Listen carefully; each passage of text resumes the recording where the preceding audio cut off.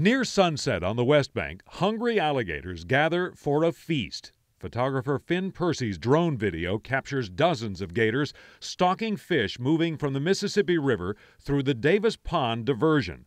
Project manager Aaron Plitch tells us it's a common scene. It's a wonderful buffet for all of the inhabitants of this area. Davis Pond opened in 2002 with the aim of pushing back saltwater encroaching from the Gulf. It draws from the upper layers of the river, which carry very little sediment, and was never designed to build land. Stick this core down into the sediment. But sedimentologist Alicia Renfro with the National Wildlife Federation digs down to find new earth. Right here are the roots. These are actually some woody roots down here. And then it stops and you have about 8 inches of mineral sediment on top of that. Black gold, courtesy the mighty Miss. So this is that nice clay material. From above, the view is just as striking, a lush green marsh and healthy cypress swamp. So here's one dramatic example. This boardwalk went in March of 2008. Notice the tree line way off in the distance. Then flash forward to 2016. Those willow trees are about 100 feet away. They did not exist 8 short years ago. A 21st century engineering feat that it turns out might not be such a modern idea after all. In the Tulane University archives, engineer Dennis Lambert was researching an ancestor's early work in drainage control in New Orleans when he stumbled upon a forgotten figure in New Orleans history. Marie Joseph Raymond Thomasy. No photo or portrait available.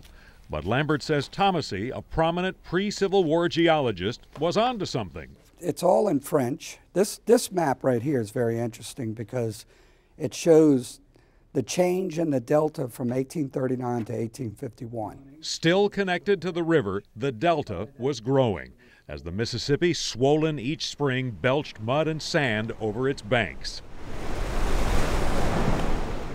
The firm Lambert works for, Coe North America, has done extensive engineering on coastal projects.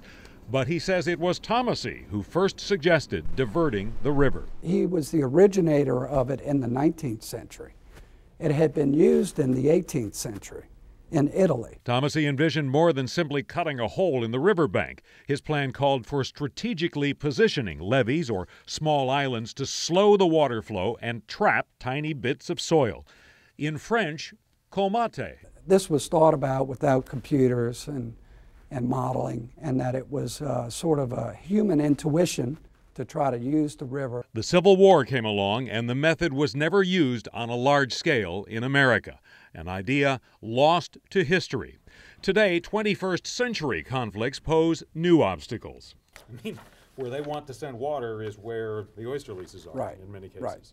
Commercial fishermen remain mostly skeptical about the notion of pouring massive amounts of polluted Mississippi River water into the basins. Some people just are vehemently opposed to diversions, no matter what kind of control you could implement in the outfall area. Lambert believes some application of this old technique could find its way into the design of the bigger diversions.